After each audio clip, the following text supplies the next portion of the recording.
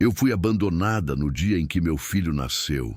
Ainda sinto o peso daquele momento no corpo, o cansaço, a dor, o vazio que ficou quando ele foi embora sem olhar para trás. Eu não tinha para onde ir, não tinha ninguém para chamar, só aquele bebê pequeno respirando no meu peito e uma decisão que eu nem sabia se era coragem ou desespero. Não desistir. Foi assim que eu cheguei naquele sítio. Uma casa antiga, cheia de silêncio, cercada por mato, vento e lembranças que não eram minhas, ainda. No começo achei que tinha cometido um erro. Não sabia plantar, não sabia cuidar de nada, mal sabia cuidar de mim mesma. Mas, de alguma forma, eu fiquei. E foi ficando que tudo começou a mudar. Eu não percebi de uma vez. Foi aos poucos. No jeito que o lugar parecia me observar de volta. Nas cartas antigas que encontrei escondidas. No cavalo velho que me olhava, como se soubesse coisas que eu ainda nem tinha vivido. E, principalmente, em mim. Porque a mulher que chegou ali não é a mesma que está contando isso agora. E se tem uma coisa que eu aprendi desde aquele dia, é que às vezes, quando tudo desmorona, não é o fim. É só a vida te empurrando para o lugar onde você realmente precisa estar. Mas antes, deixe nos comentários de onde você está assistindo e não se esqueça de se inscrever no Canaleu. Estava sozinha quando percebi que ele não ia voltar. Não foi um pressentimento dramático. Não foi choro, não foi grito. Foi o silêncio do corredor lá fora. Aquele silêncio específico que não tem passos, não tem respiração, não tem peso humano dentro dele. Foi a janela do quarto do hospital que deixava entrar uma luz cinza e indiferente, como se o mundo lá fora não soubesse nem se importasse com o que tinha acontecido ali dentro naquelas últimas 18 horas. Meu filho tinha acabado de nascer e eu estava sozinha. O nome que eu tinha escolhido para ele era Mateus. Não por nenhum motivo grandioso. Só porque eu gostava do jeito que o nome assentava na boca, como algo sólido, como algo que não escorregava. Mateus. Eu o segurava contra o peito e ele respirava com aquele ritmo entrecortado dos recém-nascidos, como se o mundo ainda fosse novidade demais para ser enfrentado sem pausas. Eu entendia. Eu também precisava pausar, só que eu não podia. Rodrigo tinha saído às 3 da manhã, dizendo que ia buscar alguma coisa para comer. Eu estava com fome, sim. Aquela fome animal que vem depois do parto, quando o corpo percebe que gastou tudo o que tinha e ainda precisa continuar funcionando. Ele disse que ia e voltava. Disse com aquela voz mansa que ele sabia usar tão bem. Aquela voz que nunca levantava, que nunca prometia nada com palavras grandes, mas que de alguma forma sempre me fazia acreditar. Eram quase 6 da manhã quando a enfermeira entrou com o café da maternidade. Ela olhou para mim com uma gentileza profissional, o tipo de gentileza que vem treinada, não sentida, mas mesmo assim fez diferença. Colocou a bandeja na mesa lateral, ajeitou o cobertor no berço do Mateus e disse que o pai ainda não tinha voltado. Não como pergunta, como constatação. Não, eu disse. E pronto. Esse foi o momento. Não o choro, não a raiva. Foi esse não, dito em voz baixa para uma enfermeira de plantão, enquanto meu filho dormia do meu lado. Foi ali que eu soube, com uma clareza, que dói mais do que qualquer coisa que dói alto. Que eu estava por conta própria. Os dias que se seguiram dentro daquele hospital foram os mais estranhos da minha vida. Eu fingi que estava esperando. Ficava de frente para a porta às vezes, não de propósito, mas meu corpo insistia em se posicionar assim, como se ainda houvesse alguma parte de mim que não tinha recebido o recado. Mandei mensagem uma vez, só uma. Não foi respondida. Não tentei de novo. Tem um tipo de orgulho que não é vaidade, é sobrevivência. É o que impede que a gente afunde completamente quando o chão some. Minha mãe estava morta há 2 anos. Meu pai nunca tinha sido muito de aparecer. Eu tinha uma amiga, a Cláudia, que morava em Goiânia e com quem eu falava de vez em quando. Mas o tipo de vez em quando que não justificava uma ligação de desespero às 6 da manhã de uma maternidade no interior do Maranhão. Eu tinha 27 anos, um filho de 3 dias e R$ 240 na conta. E eu tinha o sítio. A dona Teresa era a tia-avó da minha mãe, uma dessas parentes que existem mais como história do que como presença. Eu a tinha visto talvez 3 vezes na vida. Uma figura pequena, de cabelo branco preso com grampo, que cheirava a erva cidreira e falava pouco. Quando ela morreu, 2 anos antes, não havia quase ninguém na família para receber nada. Minha mãe já tinha ido. Os outros parentes tinham se dispersado ou simplesmente não queriam saber de terra no interior do Maranhão, longe de tudo. O cartório me encontrou por carta. Demorou meses.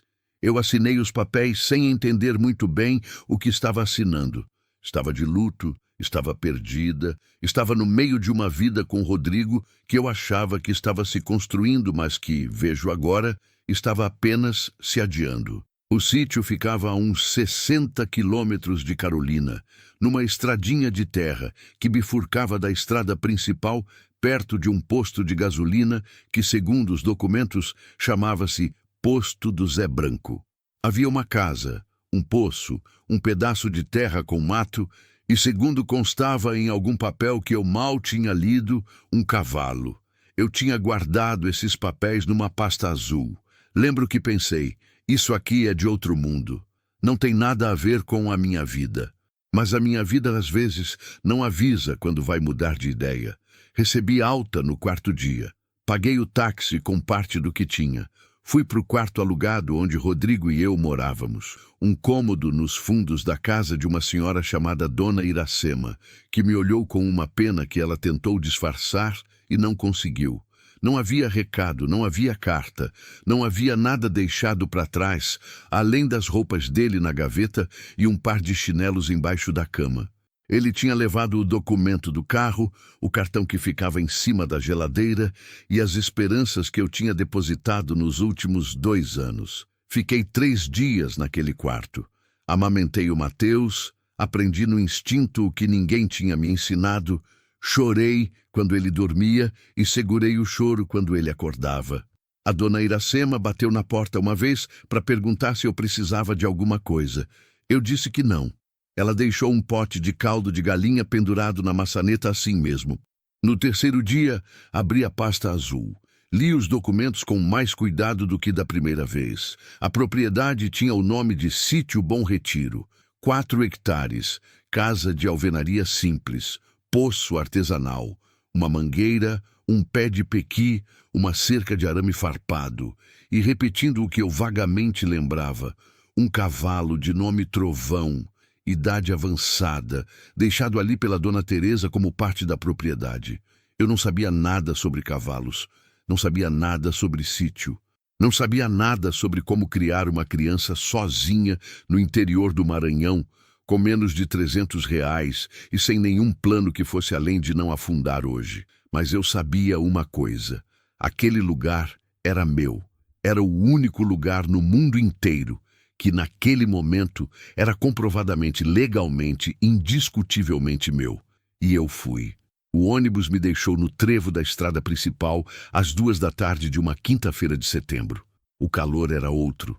Não o calor abafado da cidade, aquele calor que fica preso entre os prédios e o asfalto e vai esquentando ao longo do dia como panela tampada. Era um calor aberto, direto, sem desculpa. O sol caindo reto na cabeça, a terra vermelha refletindo de volta o que não conseguia absorver. A poeira fina levantava com qualquer vento e grudava na pele úmida, na borda do lábio, nas pestanas. Eu carregava o Mateus no canguru, aquele pano de amarrar que a Dona Iracema tinha me dado de presente de última hora. Ele dormia com a cabeça pesada contra o meu peito, inconsciente da enormidade do que estava acontecendo. Uma mochila nas costas, uma sacola de mercado em cada mão, tudo o que eu tinha. O posto do Zé Branco estava ali, como nos documentos. Um homem de uns 50 anos, chapéu de palha puído, me olhou com a curiosidade discreta de quem vive num lugar onde pouca coisa nova acontece.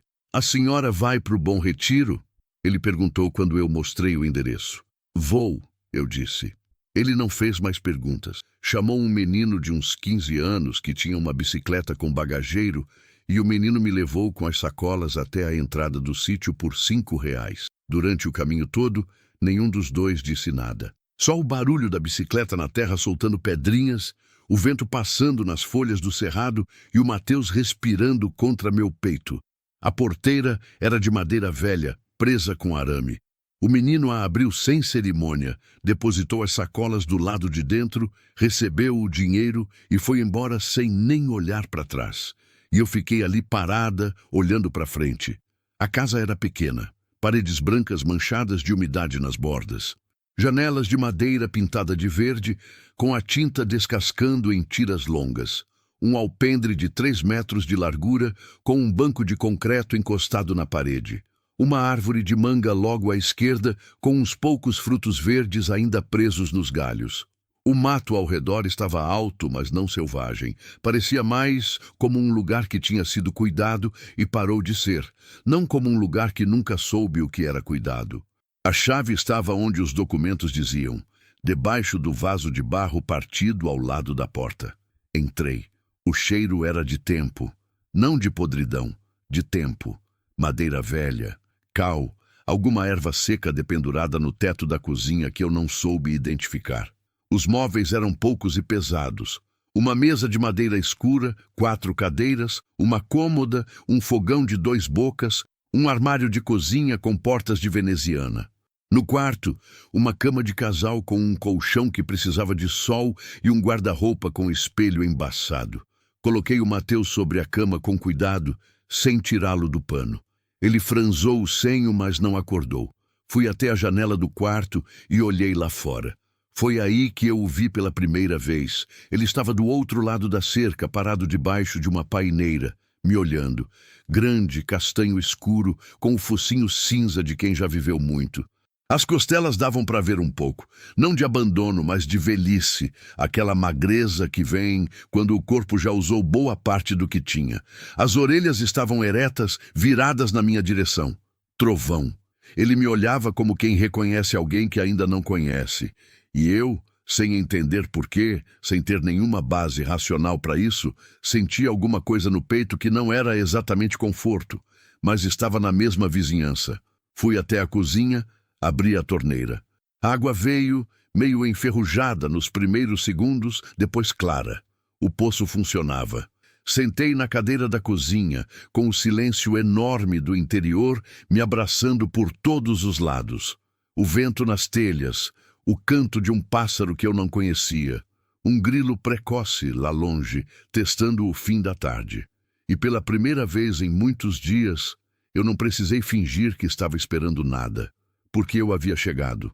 Não sabia ainda o que havia chegado para enfrentar. Não sabia das cartas. Não sabia do segredo enterrado naquela terra. Não sabia que Rodrigo, um dia, ia bater naquela mesma porta com documentos na mão e o filho de nós dois como argumento. Mas eu também não sabia ainda da força que aquele lugar estava guardando para mim. Ninguém sabe, no começo. É isso que faz o começo ser tão difícil e tão necessário. A primeira noite foi a mais comprida da minha vida. Não de medo, embora o medo também estivesse lá, quieto no canto como um cachorro mal criado que você não convidou, mas que entrou assim mesmo. Foi comprida de outra forma, da forma que só quem já ficou sozinha de verdade conhece. Quando o silêncio não é ausência de barulho, mas presença de tudo aquilo que você não quer pensar e que, justamente por isso, vem com mais força quando a luz apaga. Eu tinha limpo o colchão o melhor que pude. Sacudi lá fora, deixei tomar um pouco de sol no fim da tarde, coloquei por cima o lençol que eu havia trazido na mochila. O Mateus dormiu quase sem parar naquelas primeiras semanas, como fazem os recém-nascidos, guardando energia para um mundo que ainda estava aprendendo a existir para ele. Eu o colocava ao meu lado, com almofadas de proteção feitas de roupas dobradas, e ficava olhando para o teto. O teto tinha uma mancha d'água no canto esquerdo.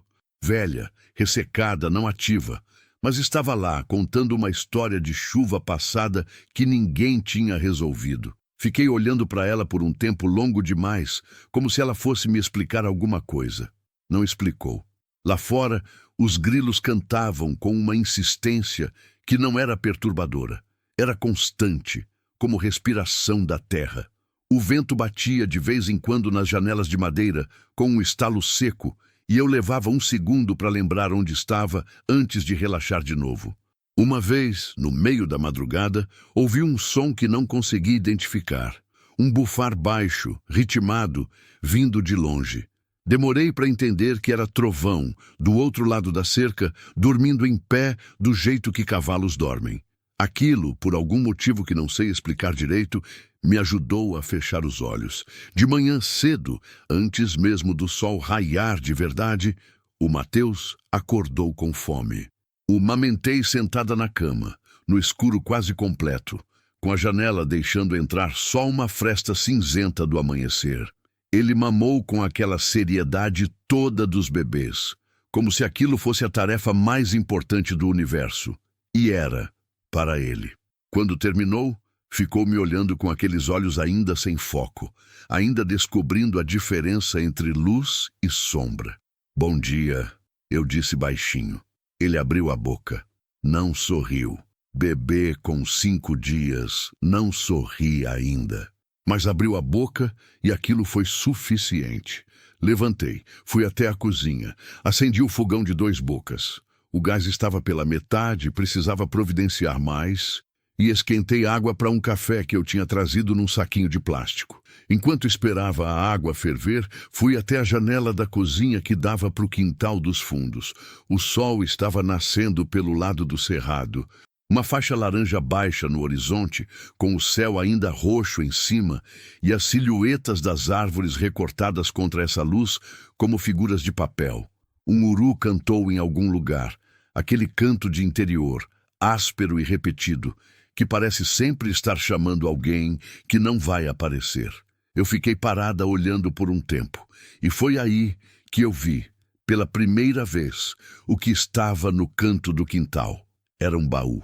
Não exatamente um baú, uma caixa de madeira grande, com tampa, trancada com um cadeado enferrujado, encostada na parede externa da casa, embaixo do beiral, protegida da chuva, mas exposta ao tempo.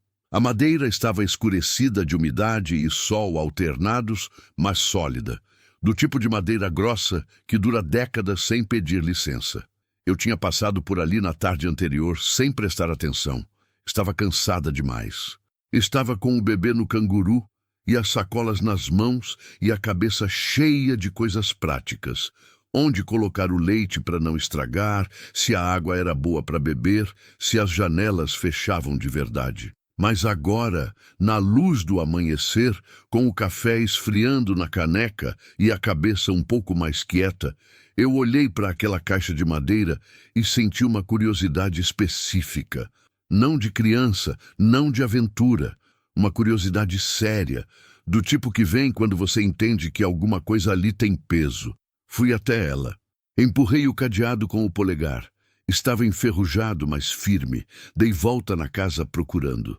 Na gaveta da cômoda do quarto, embaixo de um pano bordado à mão com iniciais que eu não reconheci, TMS, havia um molho de 3 chaves velhas. Tentei as 3 no cadeado. A segunda abriu. Dentro havia coisas protegidas por um plástico grosso, amarrado com barbante. Abri com cuidado. Tinha um pacote de cartas. Envelope comum, manuscrito, com letra miúda e inclinada. Tinha uma fotografia desbotada de uma mulher mais velha, na frente desta mesma casa. Esta casa, reconheci pela janela verde. Tinha um caderno de capa dura preta, com as bordas gastas. E, embaixo de tudo, num envelope separado, preso com um elástico que se desfez quando eu toquei, havia documentos. Papéis dobrados, amarelados nas bordas, com carimbo de cartório. Eu não li nada ainda. Fiquei olhando para tudo aquilo no chão do quintal, com a luz do sol começando a esquentar as costas, e entendi, Não com a cabeça, mas com aquela inteligência mais antiga que fica no estômago, que a Dona Teresa não tinha deixado só a terra para mim. Ela tinha deixado um aviso. Passei o dia aprendendo a sobreviver dentro daquela casa, não de forma dramática, de forma prática, miúda, cansativa. Descobrir que o fogão tinha um bocal entupido e que eu precisava limpar com um palito, que a torneira do banheiro pingava e que bastava apertar um pouco mais o registro, que a mangueira no quintal tinha frutos maduros caídos no chão e que eram bons. Comi 2 ainda com casca, de pé, com o suco escorrendo pelo queixo, e por um segundo fui só aquilo, alguém comendo manga num quintal do interior. O Mateus dormia no pano estendido na sombra do alpendre. Eu ia e vinha, organizava, limpava, carregava. O corpo doía. 8 dias depois do parto, o corpo ainda dói de formas que você não espera. Dores que aparecem em lugares que você esqueceu que existiam. Mas eu não parei. Parar, naquele dia, parecia arriscado. Como se parar fosse abrir uma porta que eu ainda não estava pronta para abrir. À tarde, fui até a cerca onde Trovão estava. Ele me viu chegando e ficou parado, as orelhas giradas na minha direção. De perto, ele era maior do que parecia da janela. O focinho cinza era macio de se olhar. Os olhos eram escuros, com aquela calma profunda que cavalos velhos têm. Não apatia, não indiferença. Uma calma conquistada. A calma de quem já viu muita coisa e aprendeu a não se assustar à toa. Eu não sabia se devia me aproximar. Nunca tinha ficado perto de cavalo na vida. Fiquei do lado de fora da cerca, apoiada na madeira, e fiquei ali. Ele deu 2 passos na minha direção. Parou, me olhou. Oi, eu disse, me sentindo levemente ridícula. Ele bufou. Não sei se foi resposta, mas soou como resposta. Fui buscar uma manga caída no quintal e ofereci pela cerca, com a mão aberta, do jeito que eu tinha visto alguém fazer uma vez num programa de televisão. Ele veio devagar, sem ansiedade, e pegou com os lábios com uma delicadeza que me surpreendeu, como se soubesse exatamente o quanto de força precisava usar para não machucar. Fiquei ali por uns 20 minutos, sem fazer nada. Só olhando ele mastigar, o sol descendo devagar do outro lado do cerrado. O Mateus dormindo no alpendre atrás de mim. Foi o momento mais quieto que eu tinha tido em semanas. À noite, depois que o Mateus mamou e dormiu de novo, sentei na mesa da cozinha e abri as cartas. Eram 7 ao total, sem data nas primeiras, mas a letra era a mesma. Aquela letra inclinada, miúda, aplicada. Eram endereçadas a ninguém, não tinham destinatário, como se tivessem sido escritas para o ar ou para quem viesse depois. A primeira começava assim: se você está lendo isso, é porque a terra achou que você merecia saber. Não confie em tudo que chegar sorrindo. Parei, li de novo. Não confie em tudo que chegar sorrindo. Coloquei a carta na mesa com cuidado, como se ela pudesse quebrar. Olhei para a janela escura. Lá fora, o cerrado estava quieto. Aquela quietude densa de interior à noite, onde o silêncio não é plano, tem textura, tem camadas. Continuei lendo. A Dona Teresa escrevia como falava, imagino. Direta, sem ornamento, sem perder tempo com prefácio. Ela contava que tinha herdado a terra do próprio pai, que tinha vivido ali a vida inteira, que tinha sido casada e enviuvado jovem e que, anos depois da morte do marido, um homem tinha aparecido, bem falado, prestativo, com sorriso fácil e argumento para tudo. Ele dizia que me ajudava, e ajudava mesmo no começo. É assim que funciona. No começo, eles ajudam.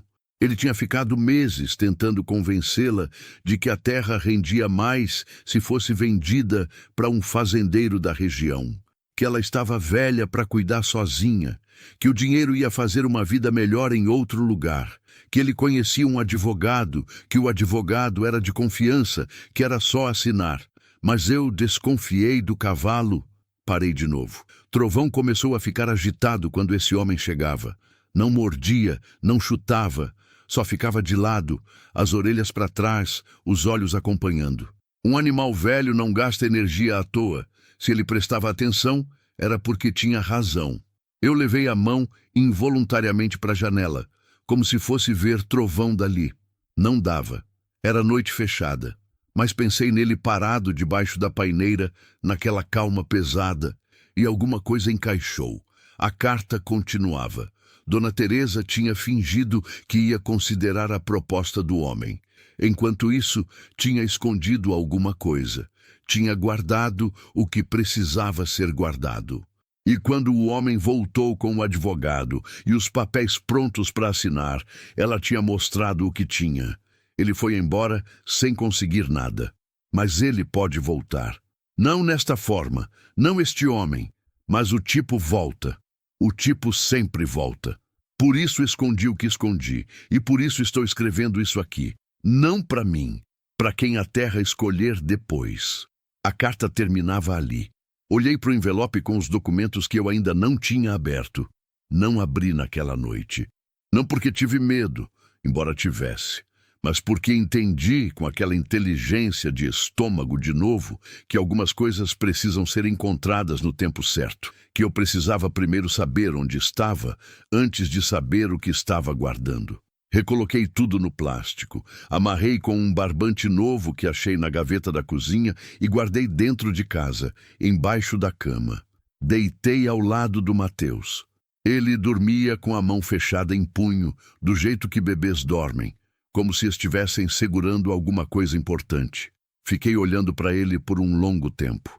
A gente vai ficar aqui, eu disse baixinho, para ele, para mim, para casa. Para quem estivesse escutando, a gente não vai a lugar nenhum. Lá fora, o vento passou nas janelas de madeira com um estalo leve. Parecia concordância, ou aviso.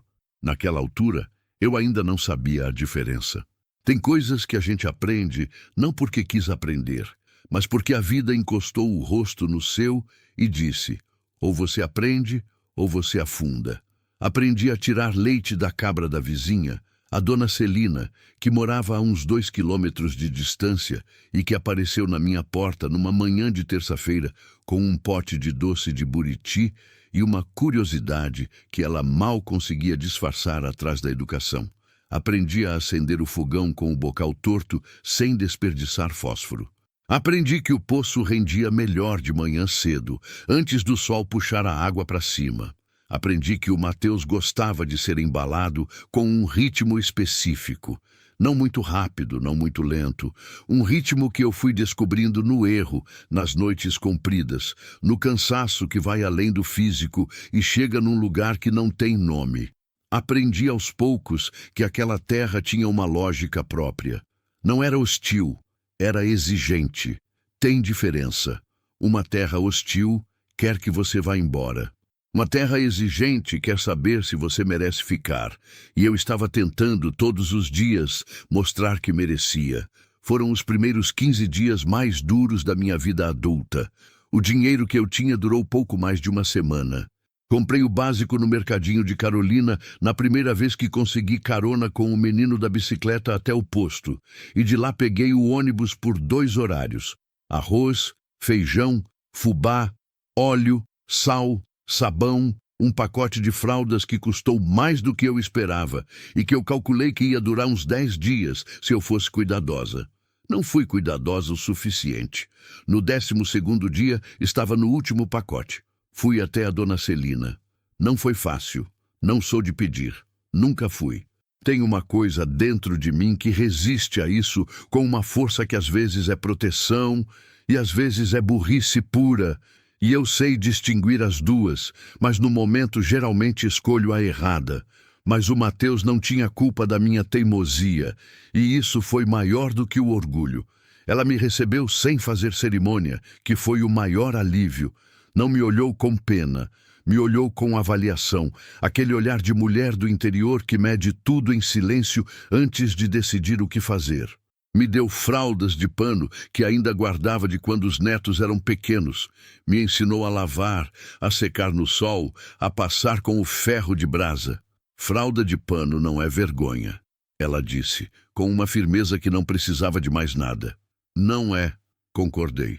Ela me deu também um cará do quintal, 2 ovos e uma receita de mingau para a mãe que amamenta que eu anoto aqui de cabeça até hoje. Fubá fino, leite, uma pitada de sal, uma de açúcar, cozinha mexendo sem parar até engrossar. Simples assim. E foi o mingau mais reconfortante que eu comi na vida inteira. Na 3ª semana, comecei a entender a terra. Não de forma técnica. Eu estava longe disso. Mas comecei a prestar atenção, a ver o que nascia sozinho, o que pedia cuidado, o que tinha sido plantado com intenção. A Dona Teresa não era desleixada, ela era sistemática. O quintal tinha uma lógica. Temperos perto da cozinha, fruteiras no fundo onde o sol batia mais forte, um canteiro de ervas medicinais encostado na cerca do norte onde a sombra caía na hora certa.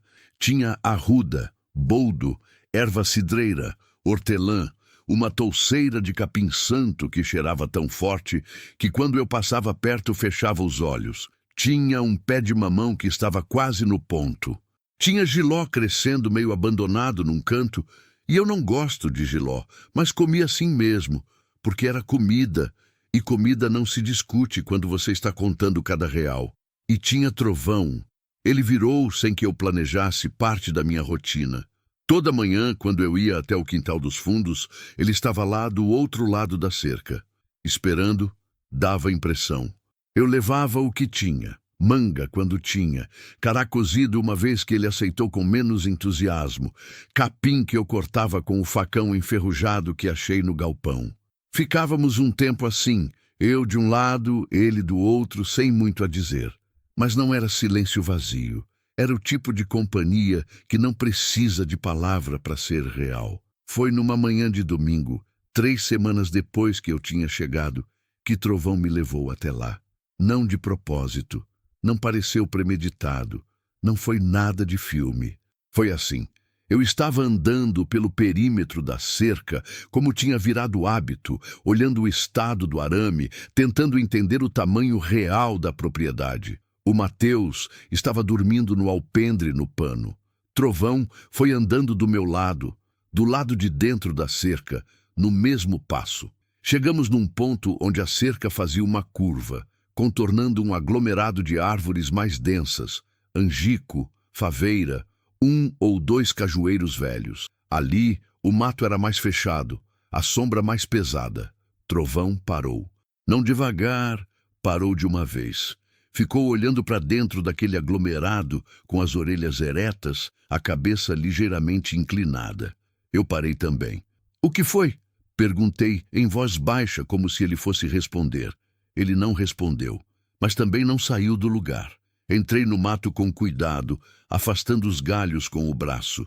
O chão ali era diferente, mais solto, mais escuro, como terra que tinha sido mexida em algum momento e que o tempo tinha coberto de folhas, mas não de esquecimento. Havia uma pedra grande, quase enterrada, que parecia não ter chegado ali por acidente.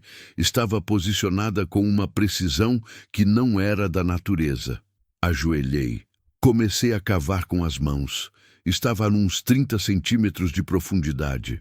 Uma lata de metal, do tipo que guarda biscoito com a tampa pressionada e vedada com parafina derretida por cima, o tipo de solução caseira que alguém usa quando não tem outra, mas quando quer que algo dure. A lata estava intacta. A ferrugem tinha começado nas bordas, mas não tinha vencido ainda. Abri com o canivete suíço que achei na gaveta da cozinha. Aquele tipo de gaveta que guarda tudo que não tem outro lugar. Dentro, embrulhado em pano de algodão, um envelope grosso. Peguei com as 2 mãos, com aquela reverência que a gente não planeja, mas que acontece quando o objeto parece pedir. Voltei para casa com a lata embaixo do braço. Conferi o Mateus, dormindo, respirando, perfeito. Sentei na mesa da cozinha e abri. Eram documentos de cartório, mas não qualquer documento. Era um testamento complementar, registrado em cartório de Carolina, com data de 11 anos atrás. Um documento adicional ao testamento principal, que era o que eu já tinha recebido pelos correios, o que me dava a propriedade. Este aqui ia além. Nele, a Dona Teresa especificava, com detalhes e testemunhas assinadas, a origem da terra. Descrevia a linha de herança desde o bisavô dela, passando pelo avô, pelo pai, por ela. Descrevia que a propriedade nunca havia sido vendida, nunca havia sido hipotecada, nunca havia sido transferida a nenhum terceiro, e que qualquer tentativa de contestação deveria ser respondida com este documento como prova primária. Havia uma nota manuscrita no rodapé com aquela letra inclinada que eu já reconhecia. Guardo isso aqui porque aprendi que papel em gaveta some, terra não some. Confio mais na terra do que em qualquer pessoa. E logo abaixo, uma linha que me fez ficar olhando por um tempo longo. Se você encontrou isto, foi o trovão que levou. Ele sempre sabe onde está o que importa. Fiquei sentada na cadeira da cozinha por muito tempo depois de ler. O sol tinha andado um bom pedaço pelo céu. O Mateus tinha acordado, mamado e voltado a dormir. Eu tinha feito tudo isso no automático, com os papéis ainda na mesa, a mente em outro lugar. Estava tentando entender o tamanho do que tinha na mão. Não era só um documento. Era uma armadura. Era o tipo de coisa que um advogado de cidade cobrava para montar do zero e que, com sorte, ficava pronta em meses. E estava ali, enterrada debaixo de uma pedra, guardada por uma mulher velha que tinha aprendido da forma mais dura que a terra precisa de prova para ser defendida. Ela sabia que alguém ia vir. Não necessariamente Rodrigo. Ela não sabia de Rodrigo. Não podia saber, mas ela sabia do tipo. Como ela mesma tinha escrito, o tipo sempre volta. E eu, sentada naquela cozinha com cheiro de tempo e erva seca, entendi que não estava apenas recomeçando uma vida, estava herdando uma batalha. Naquela tarde, fui até Trovão de um jeito diferente. Não levei manga. Não fui com aquela hesitação de quem não sabe bem o que está fazendo. Fui direto, abri a porteira da cerca com um arame, entrei no pasto e fui até ele. Ele ficou parado me esperando. Cheguei perto o suficiente para colocar a mão no pescoço dele. A pele era quente, os músculos embaixo tinham aquela firmeza relaxada de quem não está em alerta. Ele não recuou. Fiquei assim, com a mão na crina dele, olhando para o cerrado lá na frente. Você sabia, eu disse. Não como pergunta. Ele respirou fundo, o peito expandindo contra minha mão por um segundo. Não sei o que um cavalo entende. Não sei o que ele sente, o que ele guarda, o que ele carrega de anos vivendo num lugar e aprendendo as dobras da terra e os cheiros do vento. Não sei se ele sabia de alguma coisa ou se foi acaso, e eu que dei significado porque precisava de significado. Mas sei que ele me levou até lá. E sei que, se eu não tivesse seguido, eu teria ficado vulnerável sem saber. Naquela noite, escrevi num caderno. O mesmo caderno de capa preta da Dona Teresa que eu tinha hesitado em usar, mas que resolvi que ela não ia se importar. Escrevi o que tinha encontrado. Escrevi onde estava guardado agora. Dentro da casa, num lugar que não vou colocar aqui. Escrevi os nomes das testemunhas do cartório, escrevi o número do registro, e escrevi uma coisa que não era para ninguém, só para mim. Se ele vier, eu tenho como enfrentar. Ainda não sei se ele vai vir, mas se vier, eu tenho. Fechei o caderno. O Mateus dormia com o punho fechado. Lá fora, uma chuva fina começou a cair. Dessas chuvas de fim de noite que o interior do Maranhão manda às vezes sem aviso, que chegam quase em silêncio e deixam a terra com um cheiro tão forte que parece que a terra está respirando. Eu abri a janela só um pouco, só o suficiente para sentir aquele cheiro entrar. Terra molhada, mato molhado, começo de alguma coisa. Dormi pela primeira vez em semanas com os 2 pés no chão, não de alívio, não de certeza, mas de algo que começa a se parecer, de longe, com coragem. Ele chegou numa tarde de outubro, quando o sol já estava descendo, mas ainda queimava. Eu estava no quintal, de costas para a estrada, colhendo os últimos giloses do canteiro com o Mateus dormindo no pano à sombra do alpendre, quando ouvi o som de um carro na estradinha de terra. Não era som comum por ali. A dona Celina vinha a pé, o menino da bicicleta não tinha motor e o único carro que eu tinha visto passar naquelas semanas era uma caminhonete da prefeitura que seguiu sem parar. Esse carro parou. Fiquei de costas por uns 3 segundos, que pareceram bem mais longos, com o jiló na mão e a espinha ereta, sentindo antes de saber. Depois me virei. Era um Gol prata, velho, mas lavado. E era Rodrigo. Ele saiu do carro com aquele jeito que eu conhecia tão bem, devagar, sem pressa, como quem chega num lugar onde tem certeza de que é bem-vindo. Camisa social de manga dobrada, calça escura, sapato fechado num lugar cheio de terra vermelha. Sempre arrumado demais para onde estava, sempre parecendo que tinha calculado a entrada. Ficou do lado de fora da porteira. Não abriu. Ficou me olhando com uma expressão que eu levei 1 segundo para identificar porque era nova. Não era a expressão que ele usava comigo antes. Era mais cuidadosa, mais trabalhada. Yara, ele disse. O meu nome na voz dele me deu um efeito que eu não esperava. Não saudade, não raiva. Uma clareza fria, como quando você aperta um dente machucado com a língua para confirmar que ainda dói, e dói. Mas você já sabe o tamanho da dor e isso muda tudo. Rodrigo, eu disse. Não o convidei para entrar. Ele ficou do lado de fora da porteira e eu fiquei do lado de dentro, com o jiló ainda na mão, o sol de lado nos dois. Trovão estava no pasto dos fundos. Eu não o via, mas ouvi quando o carro chegou que os passos do cavalo tinham parado. Ele estava prestando atenção. Como você me achou? Perguntei. Não foi difícil, ele disse. Você tem registro no cartório, propriedade em seu nome. Era só procurar. Disse isso sem se desculpar pelo fato de ter procurado. Sem se desculpar por nada, na verdade. Rodrigo nunca começava pedindo desculpa. Ele começava pelo meio, por onde parecia mais razoável, e ia recuando para antes só quando sentia que o terreno estava firme. O que você quer? Ele inclinou a cabeça levemente, como quem acha a pergunta desnecessária. Quero ver meu filho. Aquilo ficou no ar entre nós dois por um momento. O Mateus tinha 6 semanas. Rodrigo não tinha estado presente em nenhuma delas, não no parto, não na alta, não no primeiro sorriso torto que apareceu na 3ª semana e que eu guardei sozinha, como quem guarda uma moeda rara. 6 semanas de silêncio absoluto.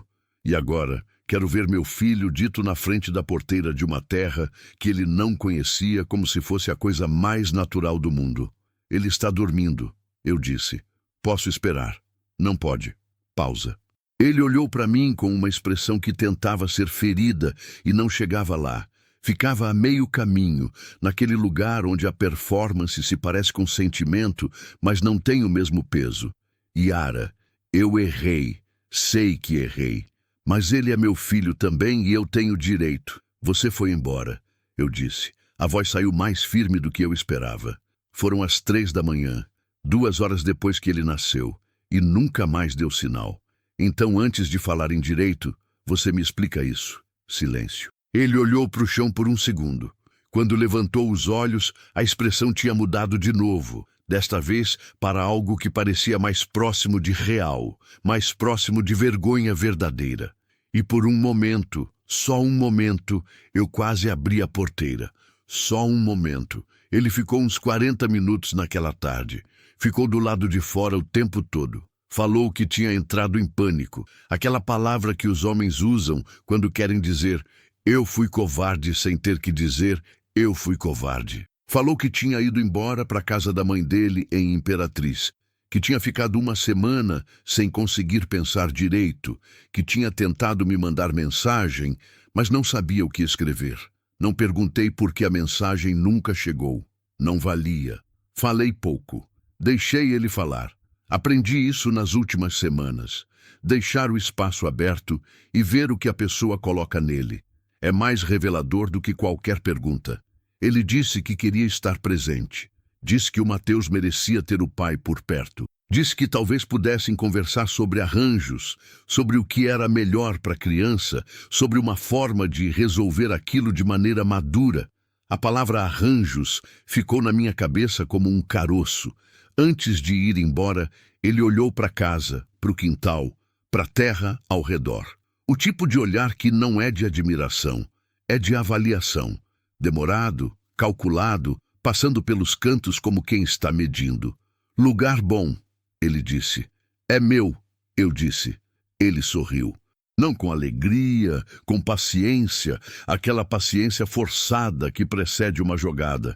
Sim, por enquanto. Entrou no carro e foi embora. Sentei no banco de concreto do alpendre com o Mateus acordado no colo, olhando para o caminho de terra onde a poeira do carro ainda não tinha baixado completamente. Por enquanto, 2 palavras, ditas com leveza, quase de passagem, do jeito que se joga uma pedra na água só para ver o tamanho do círculo que ela faz. Eu sabia o que era. Era ameaça com roupagem de comentário. Era aviso embrulhado em casualidade. Era Rodrigo me dizendo sem dizer que ele tinha um plano e que o plano envolvia esta terra. Peguei o Mateus no colo, encostei o rosto no topo da cabeça dele, que ainda cheirava aquele cheiro específico de bebê que não tem explicação, mas que é o cheiro mais reconfortante que existe no mundo. Não vai acontecer, eu disse para ele. Ele me olhou com aqueles olhos escuros que estavam começando a focar de verdade, aprendendo meu rosto todos os dias como quem aprende uma língua nova. Trovão apareceu no canto do pasto. Estava me olhando com as orelhas eretas, o corpo parado, aquela presença sólida e constante. Olhei para ele por um momento. Eu sei, disse. Você já sabia antes de mim. Nos 3 dias seguintes, li as cartas da Dona Teresa do começo ao fim, 2 vezes cada. E aí entendi a extensão do que ela tinha previsto. O homem que tinha aparecido na vida dela, ela nunca escreveu o nome, só chamava de o Figueiredo, como se o sobrenome sozinho já dissesse tudo o que precisava ser dito, tinha tentado exatamente o que Rodrigo estava ensaiando. Tinha chegado com paciência, com proximidade, com discurso de cuidado. Tinha tentado primeiro pelo convencimento, depois pela pressão. E por último, pelo que ela chamava com uma secura que me deu arrepio, de o caminho dos papéis. Homem que não consegue pelo coração, tenta pelo cartório, ela escrevia. E cartório intimida quem não tem o que mostrar. Por isso, eu tenho o que mostrar. Na 5ª carta, ela descrevia o que tinha guardado e onde. Não o local exato. Ela era esperta demais para isso. Mas a lógica próximo do que não se move, protegido pelo que não se compra, encontrado por quem a terra aceitar. O que não se move. A pedra grande quase enterrada, o que não se compra. A lealdade de um animal velho que não devia nada a ninguém, encontrado por quem a terra aceitar. Eu dobrei a 5ª carta com cuidado e fiquei olhando para o teto por um tempo. Aquela mulher que eu mal tinha conhecido, que eu tinha visto 3 vezes na vida e que cheirava a erva cidreira e falava pouco. Ela tinha montado tudo isso com uma precisão que parecia improvável para alguém de interior, para alguém sem advogado, para alguém que agia sozinha. Mas não era improvável, era experiência. Era o tipo de inteligência que não vem de escola, vem de ter sido ameaçada e ter sobrevivido e ter aprendido que a próxima vez você chega preparada. Ela não sabia meu nome, não sabia que eu ia aparecer com um bebê no colo e R$ 200 na conta e o coração partido, mas ela preparou o terreno assim mesmo, para quem a terra escolher depois. Ela me escolheu, e eu não ia desperdiçar isso. Rodrigo voltou 1 semana depois. Desta vez não estava sozinho. Tinha um homem com ele, 40 e poucos anos, pasta de couro na mão, óculos de armação fina. Não precisei perguntar quem era. O tipo de homem que carrega pasta de couro em estradinha de terra no interior do Maranhão tem uma função muito específica. Fiquei na porta da casa. Não fui até a porteira desta vez. Fiquei parada no alpendre, o Mateus no canguru, os braços cruzados. A posição não foi calculada, foi instinto. Às vezes, o corpo sabe antes da cabeça que a hora de ceder no espaço já passou.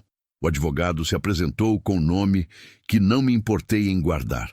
Disse que representava o senhor Rodrigo Almeida Fonseca nos assuntos relativos ao menor Mateus, filho de ambos, e que havia questões a discutir sobre o bem-estar da criança e o ambiente em que estava sendo criada. Questões, repeti. A senhora está sozinha, sem renda comprovada, num imóvel em estado precário, com um bebê de 6 semanas. Isso levanta preocupações legítimas sobre as condições de criação. Cada palavra era escolhida, cada palavra tinha sido ensaiada. Eu sentia o peso da construção, não da preocupação com o Mateus, que nenhum dos dois tinha demonstrado em momento algum, mas da estratégia. Isso era pressão. Isso era tentativa de me fazer sentir pequena, insegura, inadequada. Era tentativa de me fazer ceder alguma coisa antes mesmo de entender o que estava em jogo. E o que o senhor Rodrigo propõe? Perguntei direto. O advogado abriu a pasta, havia um documento. Proposta de guarda compartilhada. O que em si não seria o problema. O problema era o que vinha junto. Uma cláusula de administração conjunta do imóvel enquanto a criança fosse menor de idade. Rodrigo, como pai com guarda compartilhada, teria direito de administrar e eventualmente propor a venda do bem em interesse do filho. Li 2 vezes. Devagar. Dobrei o documento. Devolvi para o advogado.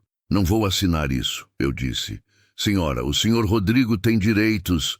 O senhor Rodrigo sumiu na madrugada do dia em que meu filho nasceu, disse eu, com uma calma que não sabia que tinha. Isso eu tenho documentado no boletim de ocorrência que registrei no dia seguinte à alta hospitalar. Pausa. O advogado olhou para o Rodrigo. Rodrigo olhou para mim com aquela expressão nova de novo. Desta vez, sem a paciência calculada, com alguma coisa mais próxima de surpresa genuína. Ele não esperava o boletim. Ele tinha calculado muita coisa, mas não tinha calculado que eu, sozinha, exausta, com um bebê de 4 dias, tinha tido presença de espírito suficiente para ir até uma delegacia. E eu quase não tinha tido. Fui arrastada por algum instinto de preservação que eu agradeço até hoje. Além disso, continuei, esta propriedade tem documentação completa de origem, linha de herança e titularidade. Registrada em cartório, com testemunhas. Não há nenhuma base legal para a administração conjunta de um bem que não pertence ao senhor Rodrigo e que nunca pertenceu. Rodrigo deu um passo à frente. Yara, você não precisa fazer isso difícil. Eu não estou fazendo difícil, disse eu. Eu estou fazendo o correto. Eles foram embora. Não com pressa, não com raiva declarada.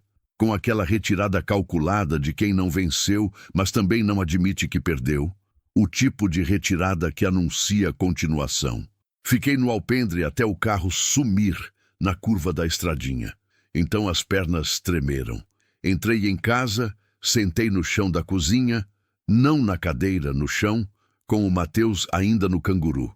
E fiquei ali por uns 5 minutos com a respiração irregular e as mãos frias, pagando o preço de toda aquela calma que eu tinha mantido do lado de fora. Chorei. Não muito. Não tinha energia para muito, mas chorei. Depois enxuguei o rosto no pano de prato, levantei, esquentei água. Tinha coisas a fazer. Naquela tarde, fui até Carolina no ônibus, com o Mateus no canguru e a pasta azul com todos os documentos embaixo do braço. Entrei no único escritório de advocacia que existia naquela cidade. 2 advogados, sala pequena, ventilador de teto. A doutora que me atendeu tinha uns 50 anos, cabelo grisalho, preso, sem cerimônia e a expressão de quem já ouviu muita coisa e parou de se surpreender. Expliquei tudo. Mostrei os documentos, incluindo o que eu tinha encontrado enterrado, o testamento complementar, os registros de origem, a linha completa de herança. Ela leu em silêncio por 20 minutos. Quando levantou os olhos, havia algo diferente na expressão dela. Não surpresa, mais parecido com respeito. De onde veio isso? Ela perguntou, segurando o testamento complementar. Foi deixado para mim, eu disse. Pela mulher que me deixou a terra. Ela ficou me olhando por um segundo. Sua parente era uma mulher muito previdente, ela disse. Era, concordei. E a senhora também, ela disse, mais baixo, quase para si mesma. Saí do escritório com um compromisso marcado para a semana seguinte, e com a primeira sensação em muito tempo de que eu não estava sozinha naquilo. Não dependente, sozinha. Tem diferença. Eu estava sozinha no sentido de não ter ninguém segurando minha mão. Mas agora havia alguém no mesmo lado da mesa, e os documentos da Dona Teresa faziam isso possível. Na volta, o ônibus chegou no trevo ao entardecer. Caminhei o caminho de terra com o sol caindo de lado, tingindo a poeira vermelha de laranja. O Mateus dormindo pesado no canguru depois de um dia comprido. As cigarras tinham começado. Aquele canto coletivo e imenso do fim de tarde do interior que parece saído das entranhas da terra e não do alto das árvores. Quando cheguei na porteira do sítio, Trovão estava lá, não do lado de dentro do pasto. Estava encostado na cerca do lado de dentro, a cabeça passando por cima da madeira, me esperando com uma paciência que não era indiferença. Era presença deliberada. Parei na frente dele. Coloquei a testa no focinho cinza e macio dele por um momento, com os olhos fechados. Ele ficou completamente quieto. Nem a respiração parecia barulhosa. A gente vai vencer isso, eu disse. Não para ele, para mim. Mas ele estava lá para ouvir, e isso foi suficiente. A tempestade durou 3 dias. Não exagero. Não estou usando a palavra como metáfora para dramatizar o que foi difícil. Foram 3 dias reais, de chuva pesada e vento e céu fechado, com a estradinha de terra virando lama vermelha e grossa que engolia o pé até o tornozelo se você tentasse passar. A luz caiu na primeira noite e não voltou. O sinal do celular sumiu junto. Fiquei com um lampião a querosene que a dona Celina tinha me emprestado semanas antes, quase sem querer. Pega que de vez em quando cai a luz por aqui. E com aquele lampião eu atravessei os 3 dias. A chuva batia no telhado de zinco com uma força que tornava impossível dormir nas horas em que o Mateus dormia. Ficava deitada ouvindo aquele tamborilar incessante, olhando o teto com a luz amarela e trêmula do lampião, fazendo sombras se moverem nas paredes. E pensava. Pensei muito naqueles 3 dias. Pensei na Dona Teresa, que tinha atravessado como sei lá quantas tempestades naquela mesma cama, naquele mesmo quarto com a mancha d'água no canto do teto. Pensei na minha mãe, que morreu sem me ensinar metade do que eu precisava saber e que talvez nem soubesse ela mesma que eu ia precisar. Pensei no Mateus e em que tipo de mulher eu queria que ele visse quando me olhasse, quando fosse grande o suficiente para enxergar de verdade. E pensei em Rodrigo. Não com saudade, essa parte já tinha passado. Com a lucidez fria de quem finalmente parou de tentar encontrar a versão boa de uma história que não tinha versão boa. Ele era o que era. Eu tinha amado o que ele parecia ser. E essa diferença entre o que alguém parece e o que alguém é tem um preço que geralmente quem paga não foi quem criou a confusão. Mas esse preço eu tinha pago. Estava pago. Eu não devia mais nada a esse capítulo. No segundo dia, preocupei com Trovão.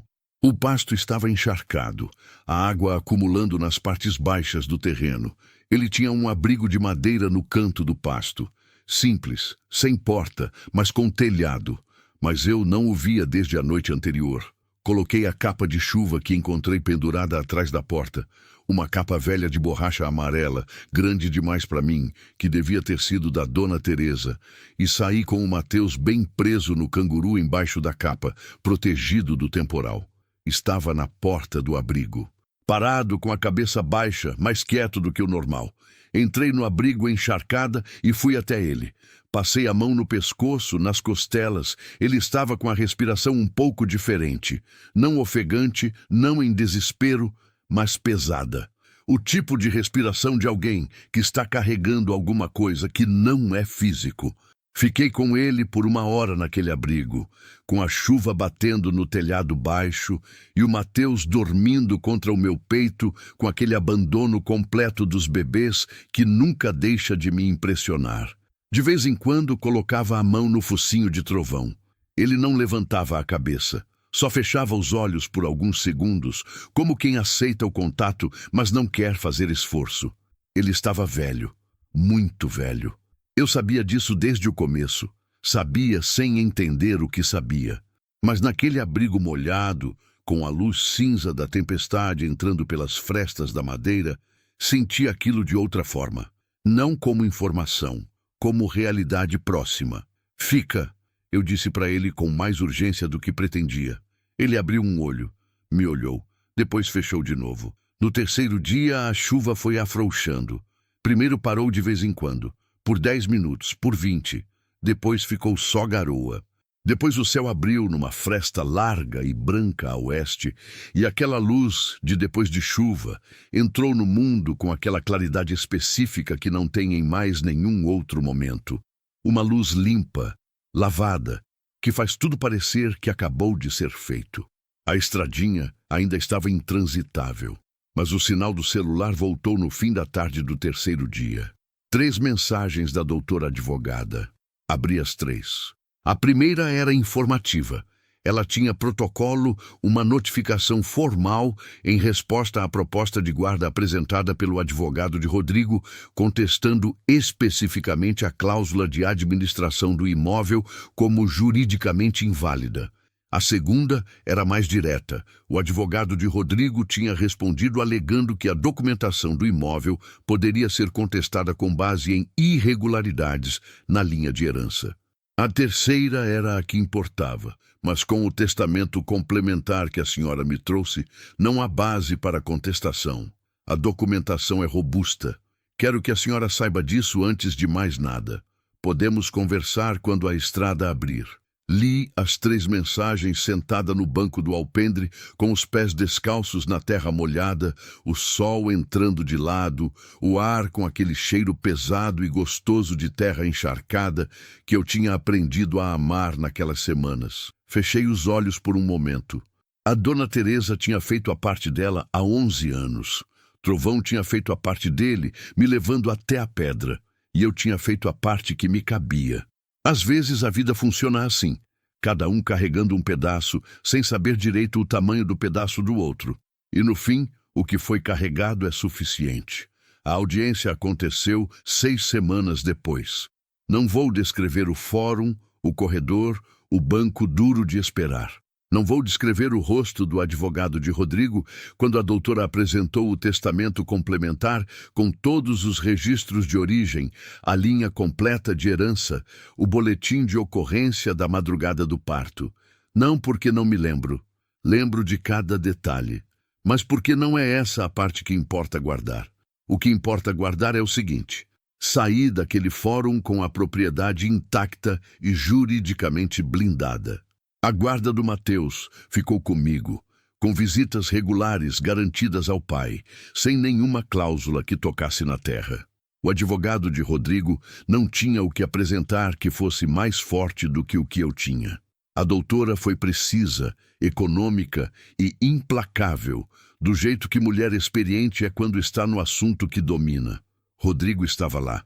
Ficou a maior parte do tempo olhando para o papel na frente dele. Quando saímos, nos cruzamos no corredor. Ele me olhou. Eu o olhei. Não houve nada dramático. Não houve discurso. Não houve choro. Não houve a grande cena de confronto que às vezes a gente imagina que vai precisar ter. Ele foi de um lado, eu fui do outro. Às vezes o fim de uma história é exatamente isso. Um corredor e 2 direções. Voltei para casa no ônibus com o Mateus no canguru.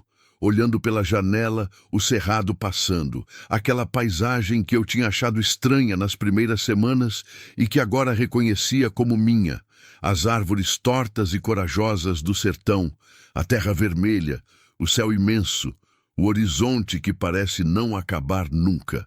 Quando a estradinha apareceu e o ônibus parou no trevo, eu desci com uma leveza que era nova, não alegria exagerada, leveza.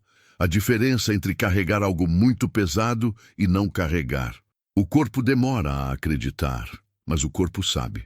Caminhei até o sítio no final de tarde, com o sol caindo atrás do cerrado e a luz dourada que o interior guarda especialmente para as horas que precisam ser lembradas. Abri a porteira.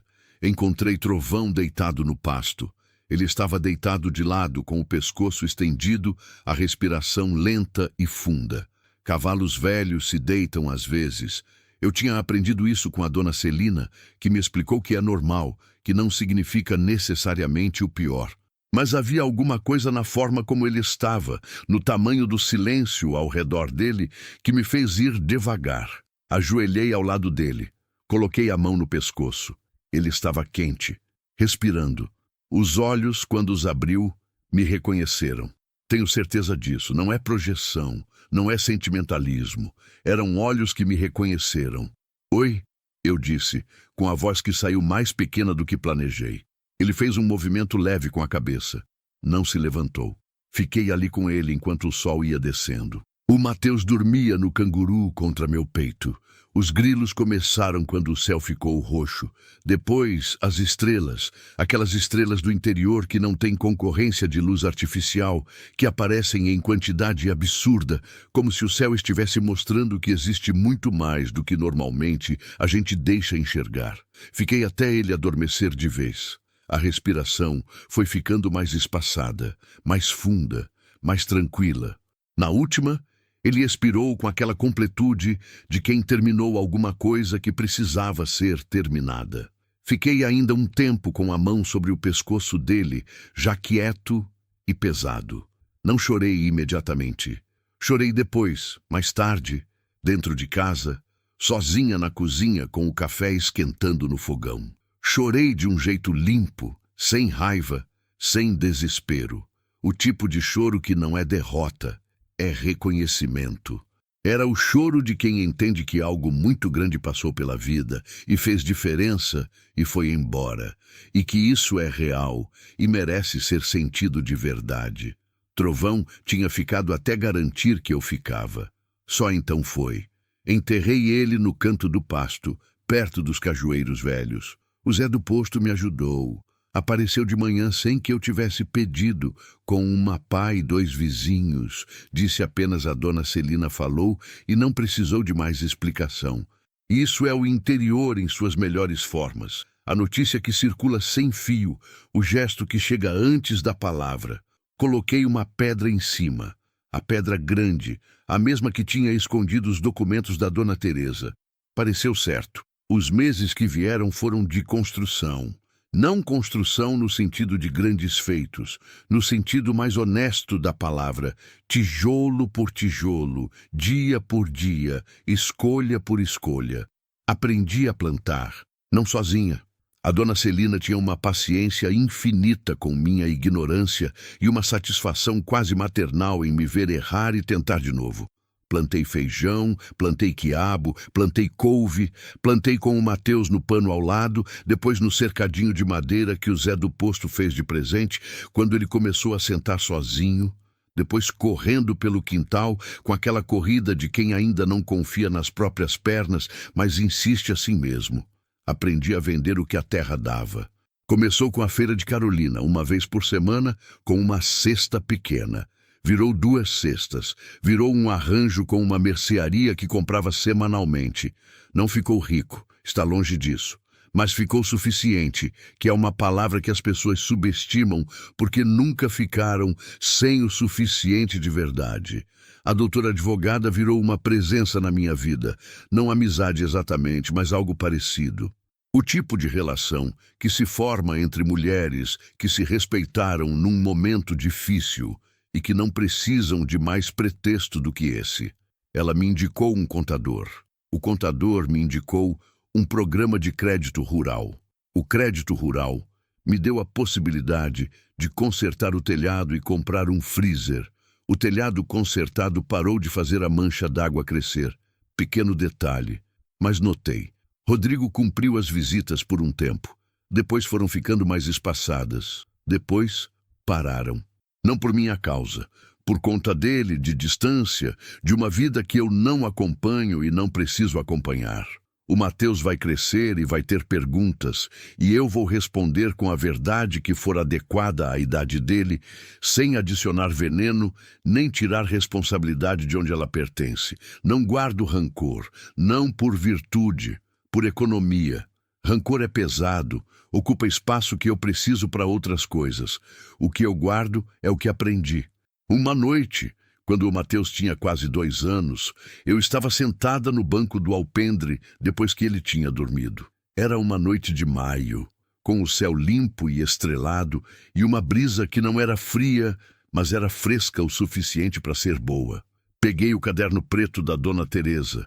Abri na última página que ela tinha escrito. Eram poucas linhas, e eu as tinha lido várias vezes ao longo daqueles meses, mas naquela noite elas pousaram diferente. Não sei quem você é, mas se você está aqui é porque precisava estar. E se precisava estar, é porque tem o que é preciso para ficar. Cuida da terra. A terra cuida de volta e não deixa ninguém te convencer de que o que é seu não é seu. Fechei o caderno. Olhei para o quintal escuro, para a mangueira, para o canteiro de ervas, para o ponto onde a cerca fazia curva e onde os cajueiros velhos ficavam no fundo. Olhei para o céu enorme. Peguei a caneta, abri numa página em branco depois das dela. Escrevi: meu nome é Yara. Cheguei aqui com um bebê no colo, R$ 240 e nenhum plano. Hoje o feijão está crescendo, meu filho está dormindo no quarto do lado e a terra está no meu nome sem discussão possível. Não sei o que vem adiante, mas sei de onde estou partindo. Obrigada, Dona Teresa. Obrigada, Trovão. Cuido daqui para frente. Fechei o caderno. A brisa passou nas folhas da mangueira com um sussurro. Lá no fundo do pasto, perto dos cajueiros velhos, a pedra estava no lugar, e eu estava no lugar. Não virei heroína, não virei exemplo de nada. Sou uma mulher que foi deixada sozinha no pior momento e que sobreviveu porque não tinha outra opção. E porque a vida, às vezes, coloca as ferramentas certas nos lugares certos para quem está disposta a procurar. Mas aprendi uma coisa que não sabia antes, que tem gente que passa pela sua vida como Trovão passou, sem fazer alarde, sem pedir reconhecimento, sem exigir que você entenda na hora. Ficam do seu lado no escuro, te levam até o que você precisa encontrar, e quando o trabalho deles está feito, vão embora com a mesma tranquilidade com que chegaram. E tem terra que é mais do que terra. É memória, é prova, é raiz de gente que veio antes e plantou não só semente, mas possibilidade. E tem filho que nasce no pior momento e que é, apesar de tudo, ou por causa de tudo, a melhor coisa que já aconteceu. Mateus dorme com o punho fechado até hoje. Eu olho para ele às vezes e penso, você não sabe ainda o que custou para a gente chegar aqui. Um dia eu conto, um dia você entende. E enquanto isso, a terra dá o que tem, o sol queima como sempre queimou, a poeira vermelha gruda na pele e nos cabelos. E eu acordo todo dia sabendo que o que é meu, não por sorte, por tudo que foi preciso para ficar.